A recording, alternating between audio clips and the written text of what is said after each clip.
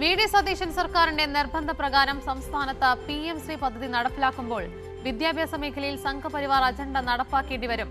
PMC സ്കൂളുകളിൽ syllabus NEP 2020, ദേശീയ curriculum ചട്ടക്കൂട് എന്നിവയുമായി ചേർന്ന് പോകണമെന്ന് കേന്ദ്ര സർക്കാർ വ്യക്തമാക്കി.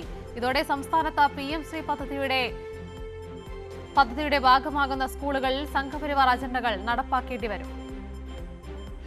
വി.ഡി. സതീശൻ സർക്കാർ PM ശ്രീ പദ്ധതി ഭാഗമാകുന്നതോടെ സംസ്ഥാനത്തെ PM ശ്രീ സ്കൂളുകളിൽ ദേശീയ വിദ്യാഭ്യാസ നയം നടപ്പാക്കേണ്ടി വരുമെന്ന് വ്യക്തമാക്കുന്നതാണ് രാജ്യസഭയിൽ വി. ശിവദാസൻ MPക്ക് കേന്ദ്ര വിദ്യാഭ്യാസ സഹമന്ത്രി ജയന്ത് ചൗധരി രേഖാമൂലം നൽകിയ മറുപടി.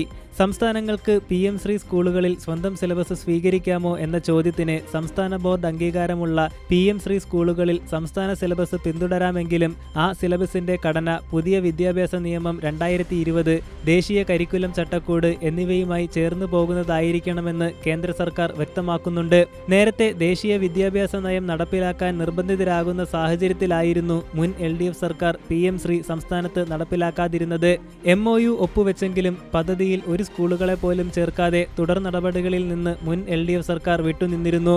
വി.ഡി. സതീശൻ സർക്കാർ പദ്ധതിയുമായി മുന്നോട്ടു പോകുമ്പോൾ സംഘപരിവാർ അജണ്ടകൾ നടപ്പിലാക്കേണ്ടി വരുമെന്നും വ്യക്തമാകുന്നതാണ് കേന്ദ്ര വിദ്യാഭ്യാസ മന്ത്രാലയത്തിന്റെ രേഖാമൂലമുള്ള മറുപടി. PM ശ്രീ പദ്ധതിയിൽ 27 സംസ്ഥാനങ്ങളും 5 കേന്ദ്രഭരണ പ്രദേശങ്ങൾക്കുമായി 3105 കോടി രൂപ അനുവദിച്ചിട്ടുണ്ട്.